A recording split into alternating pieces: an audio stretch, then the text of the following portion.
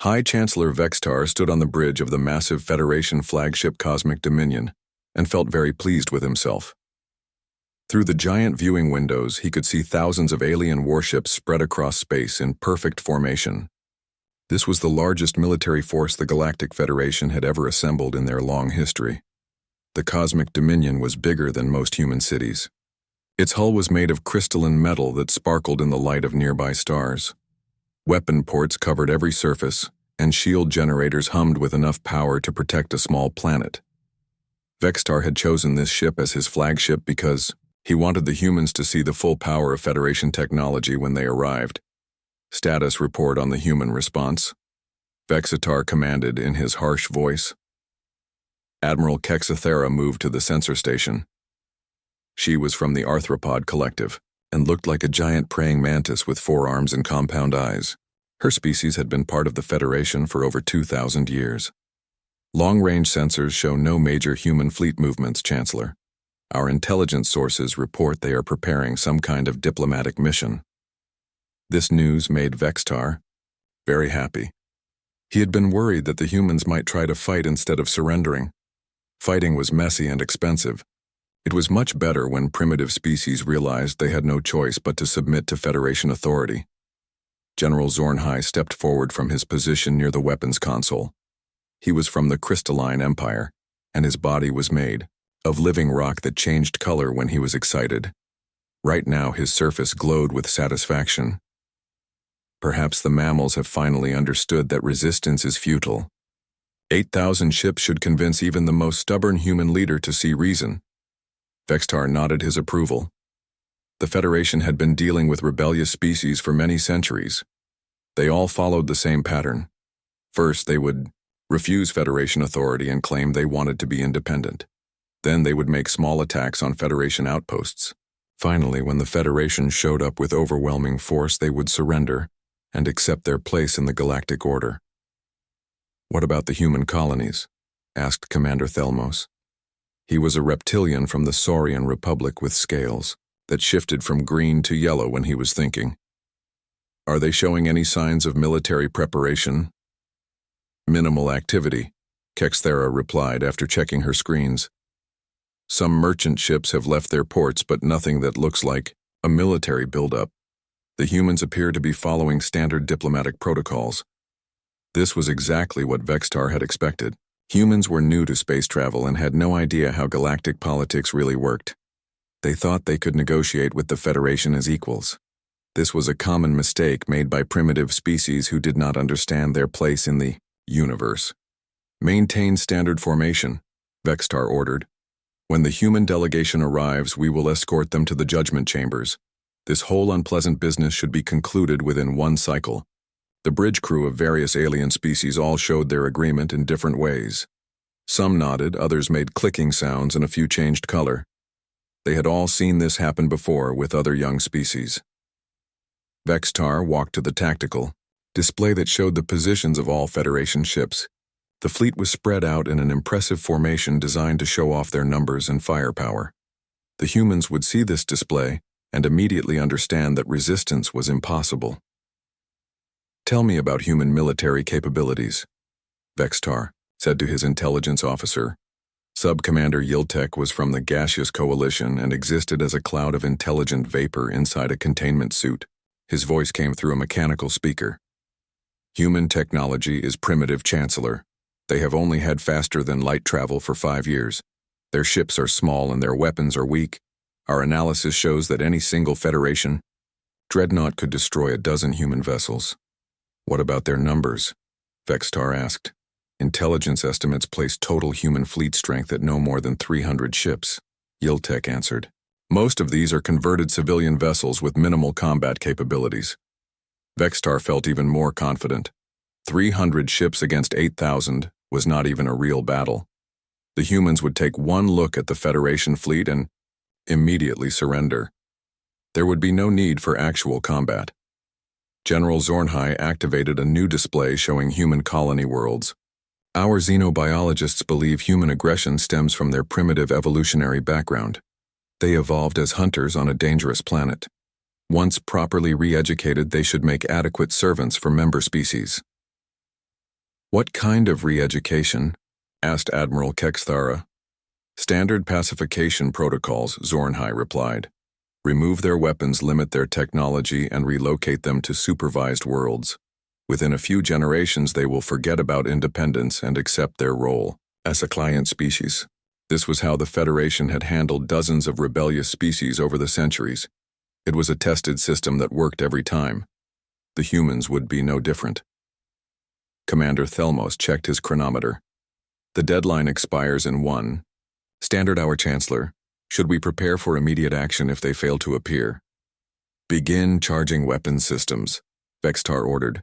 If the humans do not show up, we will visit their nearest colonies and provide them with proper motivation. The bridge crew began activating weapon systems across the massive fleet. Plasma cannons came online and missile tubes loaded their deadly cargo. Energy shields flickered to life around every ship. The Federation was ready for any possibility.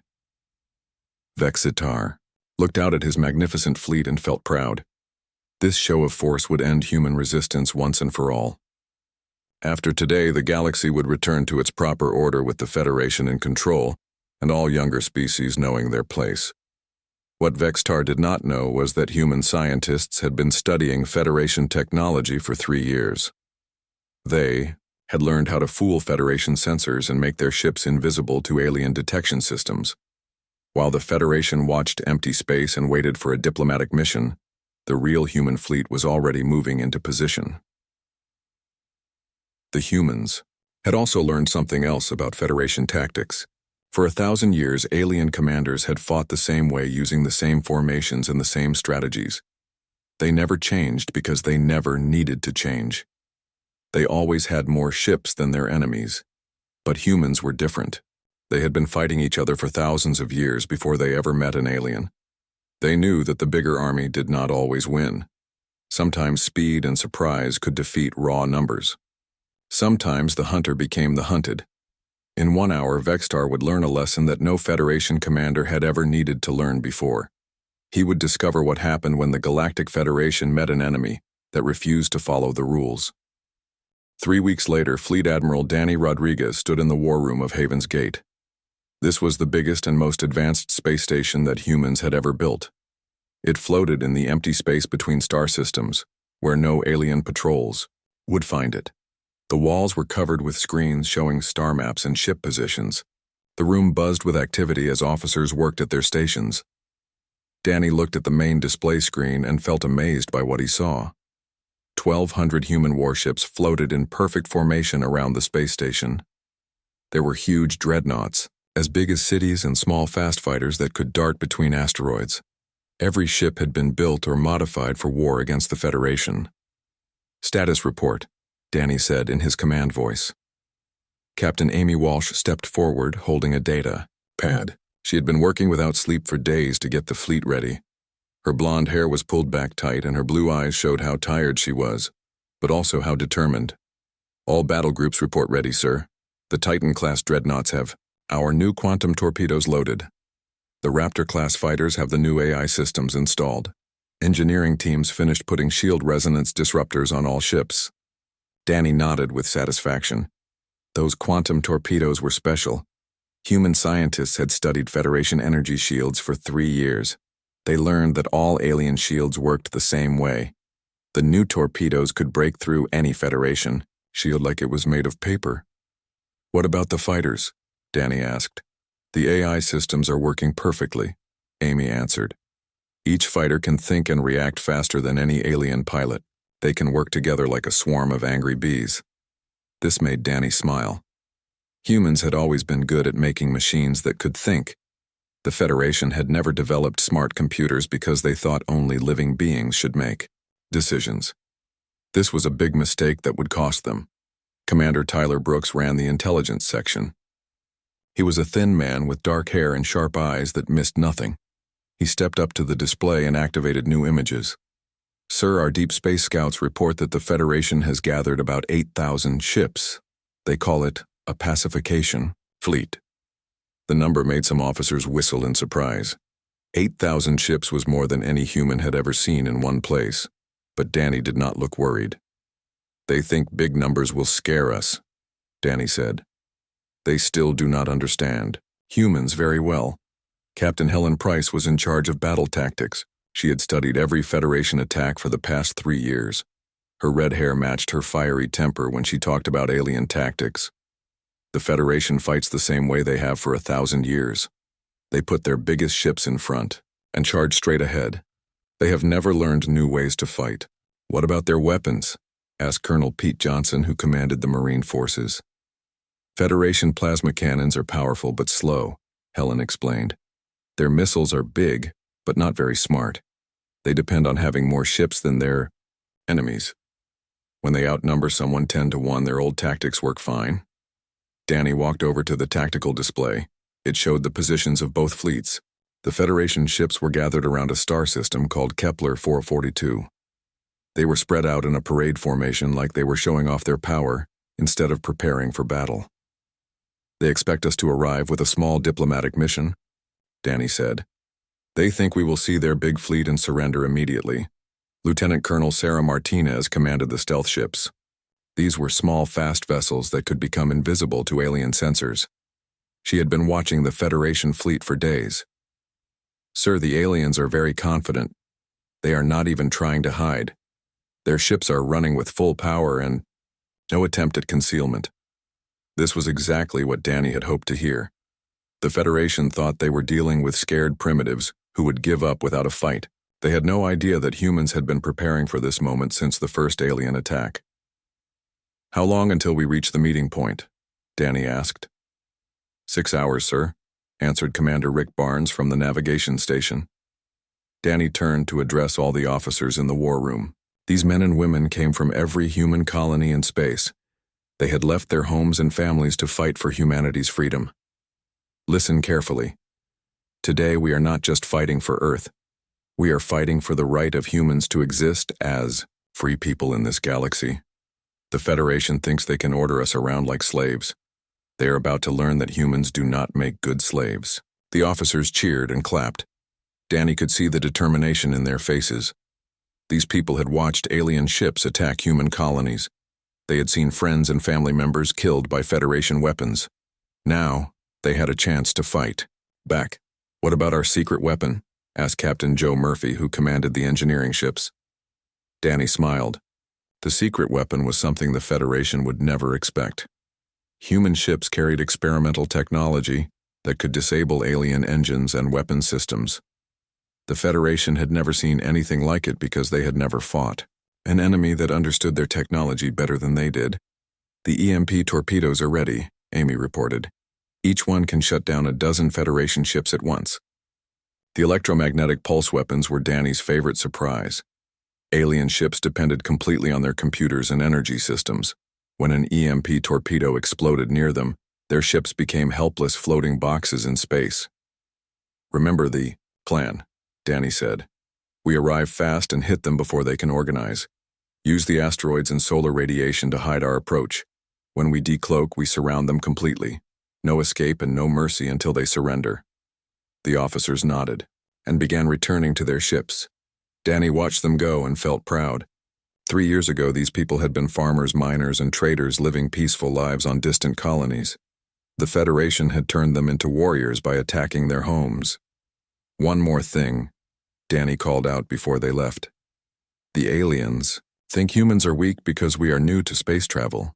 They are about to discover that being new does not mean being weak. Show them what happens when someone threatens humanity. As the officers filed out, Danny looked at the main screen one more time. In 6 hours, the largest space battle in human history would begin. The Federation expected to crush a small rebellion. Instead, they would face the full military power of an angry human species that refused to bow down to anyone. Commander Jake Morrison stood on the bridge of the UES Defiance and looked at the message screen for the 7th time that day. The blue light from the hologram made his face look tired and angry. He had been reading the same words over and over, but they still made no sense to him. How could the aliens think they had the right to judge humanity when humans had done nothing wrong? The message came from something called the Galactic Federation. Jake had never heard of them before humans started traveling to other star systems 5 years ago. The first time humans met aliens, it was not a happy meeting. These aliens did not want to be friends, they wanted to be bosses. The hologram showed an ugly creature with too many eyes and a mouth full of sharp teeth. This was High Chancellor Vextar from a place called the Zephyrian Empire. His voice sounded like metal scraping against stone even through the translation machine.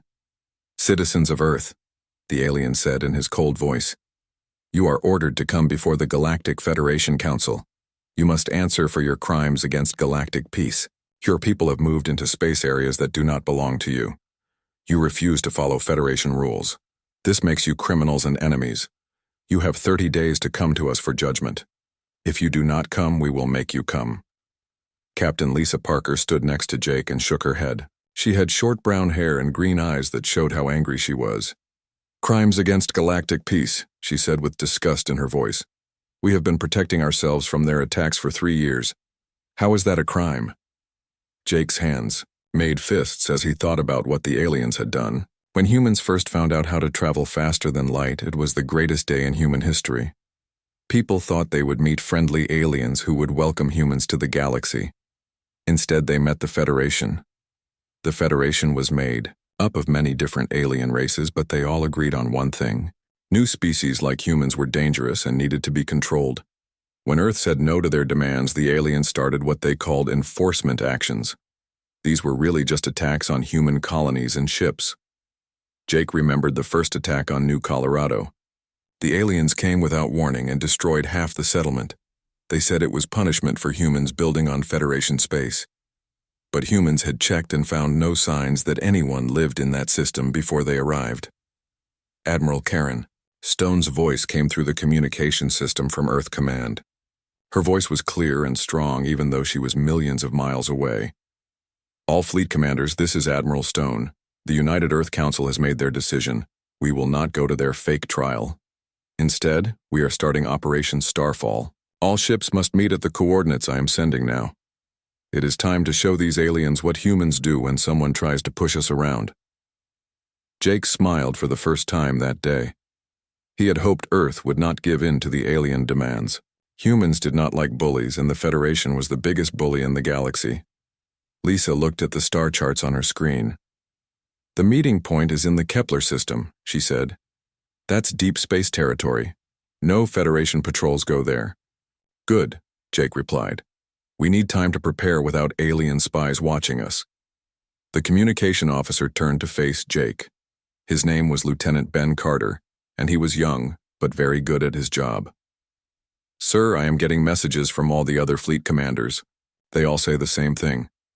No surrender." Jake felt proud of his fellow humans. The aliens thought they could scare Earth into giving up. They were wrong about that. Humans had been fighting each other for thousands of years before they ever met an alien. They knew how to fight and they were not afraid to do it. "Set course for the meeting point," Jake ordered. "Maximum speed." The ship's engines came to life with a deep humming sound. Jake could feel the vibration through the metal floor. The UES. Defiance was one of the newest ships in the Earth fleet. It had weapons and armor made from technology humans had taken from destroyed alien ships. Every time the Federation attacked humans, they left behind pieces of their technology. Human scientists were very good at figuring out how alien machines worked and making them better. As the ship jumped to faster than light speed, Jake thought about what was coming. The aliens expected humans to arrive with a small diplomatic ship full of scared leaders ready to beg for mercy. They were going to be very surprised. Lisa checked her weapons systems. "All guns are ready, sir. The new quantum torpedoes are loaded and the shield generators are running at full power." "How many ships do we have now?" Jake asked. "The last count was over 1,000, Ben answered. "More arrive every day. Ships from all the colonies are coming. Even the mining vessels have weapons now." Jake nodded. Every human settlement in space had sent whatever ships they could spare. Passenger ships, cargo haulers, and even small personal craft had been fitted with weapons and armor. The Alien Federation had no idea how many humans lived in space now, or how angry they all were. The Federation thought humans were still a small, weak species that could be easily crushed. They were about to learn how wrong they were. When the 30 days were up, Earth would not send diplomats begging for peace. They would send an armada that would change the galaxy forever. Jake looked out at the stars rushing past the ship's windows. Somewhere out there, the aliens were preparing their own fleet. They probably thought they were gathering ships to fight a small rebellion. Instead, they were about to face the full military might of humanity united in anger. "Let them come," Jake said quietly. "We'll be ready." The space around the Kepler 442 system looked completely empty, except for the massive Federation fleet. High Chancellor Vextar stood on his bridge and checked his chronometer for the 10th time in the last few minutes. The human deadline was about to expire, and there was still no sign of any Earth ships approaching. "Scan all sectors again," Vextar ordered with irritation in his voice. Admiral Kexathera worked at her sensor station with all 4 of her insect arms moving rapidly across the controls. "Still nothing, Chancellor. No ships, no energy signatures, and no communication signals. The humans appear to have ignored our ultimatum completely." General Zornhei's crystalline body changed from blue to angry red. "Typical primitive behavior. They probably think they can hide on their little planet and hope we forget about them." Vextar felt his patience running out. He had expected the humans to arrive with a small diplomatic mission ready to surrender. Instead, they had chosen to ignore the Federation completely. This was an insult that could not be allowed to stand. "Prepare to begin bombardment of the nearest human colonies," Vextar commanded. "We will teach them that ignoring the Federation has consequences." Just as the weapons officers began targeting systems, something impossible happened. The empty space around the Federation fleet suddenly filled with brilliant flashes of light. 1,200 human warships appeared from nowhere, decloaking simultaneously in perfect formation. The Earth fleet materialized in a complete sphere, around the surprised aliens with guns already pointed and ready to fire. "Impossible," Admiral Kexthera gasped as her sensors suddenly showed human ships everywhere. "Our scanners detected nothing. How did they get so close without being seen?" The Federation fleet found itself in the worst possible tactical position. They were spread out in parade formation with their ships pointing in random directions. The humans had complete positional advantage with every alien vessel surrounded and targeted. Captain Ben Parker's voice echoed across all Federation communication channels from the human flagship UES Retribution. His voice was calm and confident, like he was discussing the weather instead of threatening the largest military force in galactic history. "This is Captain Parker of the United Earth Fleet. You invited us to attend your little party. Well, here we are." Vextar stared at the tactical display in shock. The human fleet was much larger than Federation intelligence had reported. These were not converted civilian ships, but purpose-built warships, bristling with weapons and advanced technology. Somehow the humans had managed to build a modern space fleet without anyone noticing. Admiral Danny Rodriguez appeared on the main communication screen. He was a middle-aged human with gray hair and calm eyes that showed no fear despite being outnumbered almost 7-1. Behind him, the bridge of the UES Retribution hummed with activity as human officers worked at their stations. "High Chancellor Vextar," Rodriguez said in a steady voice. "You wanted to discuss humanity's place in this galaxy. Let's talk." Vextar tried to maintain his authority despite the shock of the situation. "You are surrounded and outnumbered, human. Surrender now, and your deaths will be quick." Rodriguez smiled, but there was no humor in his expression. "I think you have misunderstood the situation. You are the ones who are surrounded. My ships have you completely covered from every angle. Your fleet is spread out and unprepared for battle. If anyone should be discussing surrender, it should be you." General Zornhei activated the fleet communication system. "All ships move to defensive positions. Prepare for immediate combat." But the Federation fleet was too spread out to reorganize quickly. The humans had chosen their moment perfectly. While the aliens tried to turn their ships and form battle lines, the human vessels maintained perfect formation around them. Commander Nick Thompson monitored Federation communications from his stealth ship UES Shadow. The humans had learned to understand alien languages and could listen to enemy radio traffic. "Admiral Rodriguez, sir, the Federation commanders are panicking. They are trying to reorganize, but they cannot coordinate properly. Some ships are running into each other." "Weapons status?" Rodriguez asked calmly. Captain Kate Sullivan responded immediately from her weapons station. All ships report weapons charged and ready, sir. Quantum torpedoes are armed and targeted. Fighter wings are ready for immediate deployment. The quantum torpedoes were humanity's secret weapon. Federation shields were designed to stop plasma bolts and missile warheads. They had never encountered weapons that could phase shift through energy barriers and explode inside enemy ships. Rodriguez opened another channel to the Federation flagship. Chancellor Vextar, you came here to judge humanity. Instead, let me show you what we have learned about galactic politics. The strong do what they want and the weak suffer what they must. Today you will discover which category your Federation belongs to. Vextar looked around his bridge at the confused faces of his officers. None of them had any idea how to handle this situation. For 1,000 years, the Federation had been the strongest force in the galaxy. No enemy had ever surrounded their fleet or threatened their commanders. You cannot win, Vextar said, but his voice lacked conviction. Even if you destroy this fleet, the Federation has thousands more ships scattered across the galaxy.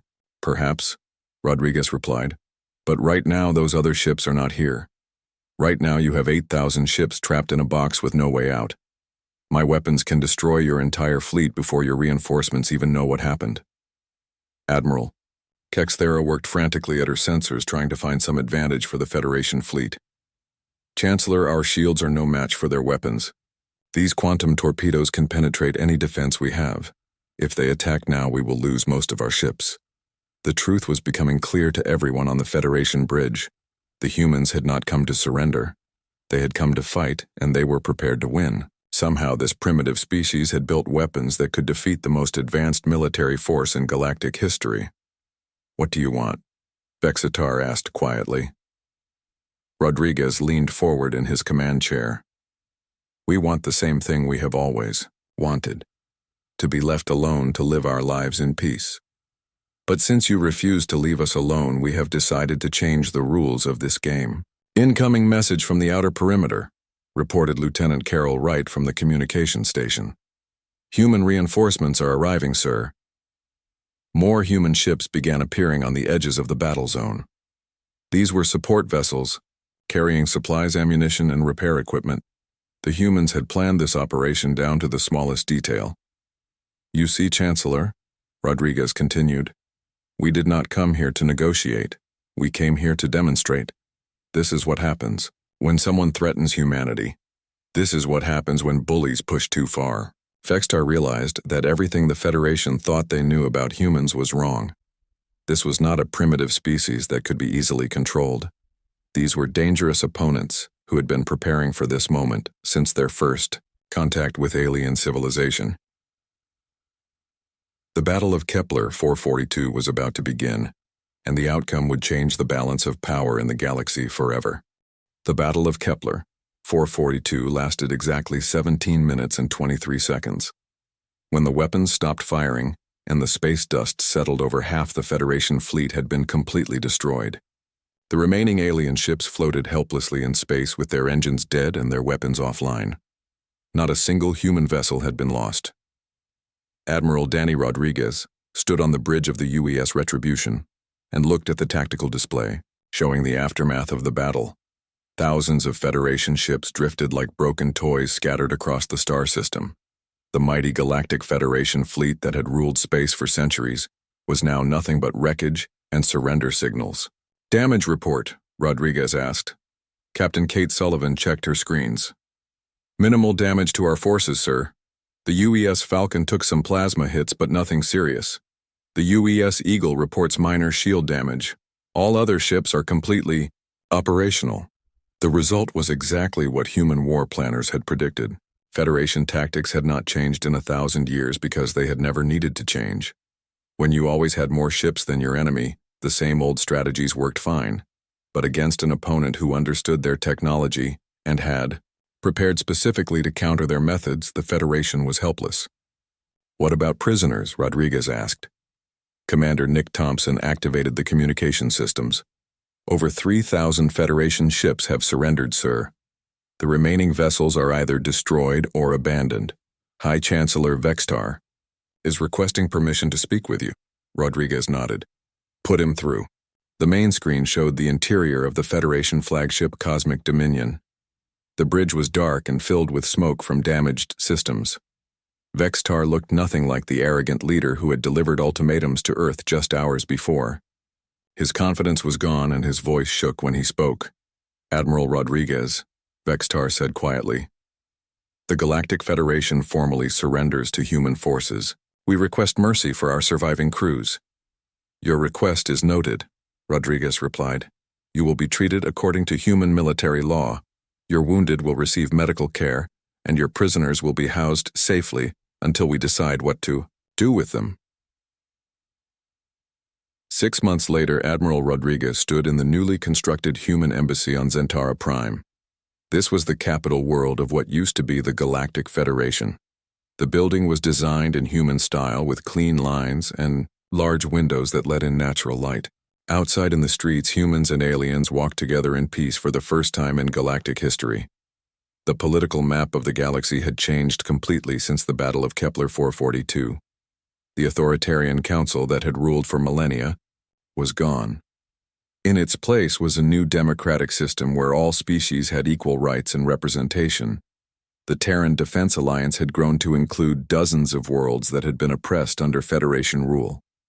Captain Lucy Adams entered, the office carrying a data pad with the day's reports. She had been promoted to serve as Rodriguez's chief of staff and had proven very good at managing the complex politics of galactic government. The Outer Rim territories have formally requested human protection, sir. 3 more species have applied for membership in the Alliance. Rodriguez studied the political map displayed on his wall screen. The old Federation territories were split into dozens of independent sectors. Some remained loyal to the surviving Federation government, while others had joined the Human Alliance. A few had declared complete independence and were governing themselves, for the first time in centuries. Any word from the Zephyrian delegation? Rodriguez asked. Commander Steve Mitchell entered the room with a big smile on his face. He had been promoted to handle diplomatic relations with former Federation worlds. Former High Chancellor Vextar has agreed to all terms of the Kepler Accord, sir. The remaining Federation territories will recognize human territorial claims, establish fair trade partnerships, and respect the sovereignty of all member species. The Kepler Accords were the peace treaty that ended the brief but decisive war between humanity and the Federation. The terms were generous considering that humans had won a complete military victory. Instead of conquering Federation space humans, had chosen to break up the old empire and give freedom to its member species.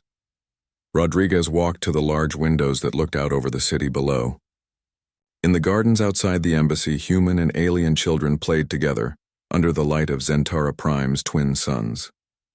The sight made him think about how much had changed since that first alien ultimatum arrived at Earth. The irony is perfect, observed Captain Patricia Young as she joined the group. She now served as Earth's chief diplomatic officer and had negotiated most of the post-war agreements. They summoned us to submit to their authority, and instead we ended up liberating half the galaxy from their oppression. Rodriguez smiled as he remembered the words that had become humanity's unofficial motto since first contact with alien civilization. You cannot keep a good species down. The Galactic Federation had learned that lesson the hard way when they tried to bully Earth into submission. The communication system chimed with an incoming message. Lieutenant Carol Wright appeared on the screen from the UES Retribution, which was now serving as flagship for the Terran Defense Fleet. Admiral Rodriguez, sir, we are receiving distress signals from the Rigel sector. Pirates are attacking civilian transports and requesting immediate assistance. Dispatch the Third Fleet, Rodriguez ordered. Full protection for all civilian vessels, regardless of species. This was another change that had come with human leadership. Under the old Federation system, only member species received protection from pirates and raiders. Independent worlds were left to fend for themselves. The Terran Alliance protected everyone equally whether they were members or not. Commander Mitchell checked his data pad. Sir, I have the latest membership reports. 47 species have now joined the Alliance. 12 more are considering applications. The Crystalline Empire has agreed to a mutual defense pact. Rodriguez nodded with satisfaction. The Crystalline Empire had been one of the founding members of the old Federation. Their decision to ally with humans showed how completely the balance of power had shifted. "What about military expansion?" Rodriguez asked. Captain Adams activated a new display showing fleet positions across human space. "Ship construction is proceeding on schedule, sir. We now have over 2,000 active warships, with more coming online every month. The new Mars shipyards are producing vessels faster than we ever thought possible." The rapid expansion of human military power was necessary to maintain peace across the galaxy. With the old Federation gone, there were many groups trying to fill the power vacuum. Pirates, warlords, and ambitious planetary governments all thought they could carve out their own empires. The Terran Defense Fleet made sure they were wrong. "Any threats we should know about?" Rodriguez asked. "The Saurian Republic is still making aggressive moves in the Outer Rim," Mitchell reported. "They refuse to acknowledge the new borders and claim they have the right to reclaim their old territories."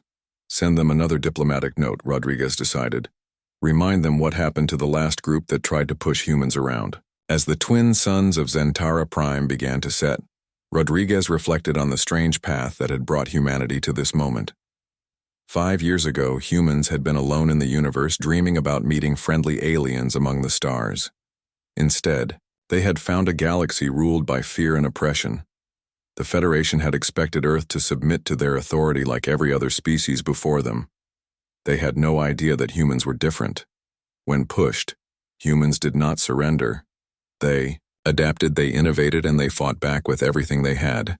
"Status report on the reconstruction efforts?" Rodriguez asked. "Proceeding well, sir," Adams replied. "The worlds damaged in the war are being rebuilt with human assistance. Medical aid, food supplies, and technology are being distributed to anyone who needs them, regardless of their political alignment." This was perhaps the most important change that humans had brought to galactic politics. The old Federation had used fear and punishment to maintain control. The Terran Alliance used cooperation and mutual benefit. It was a revolutionary concept that was slowly transforming how different species related to each other.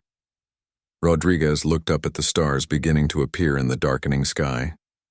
Somewhere out there, human ships were patrolling trade routes, protecting civilian transports, and keeping the peace between former enemies.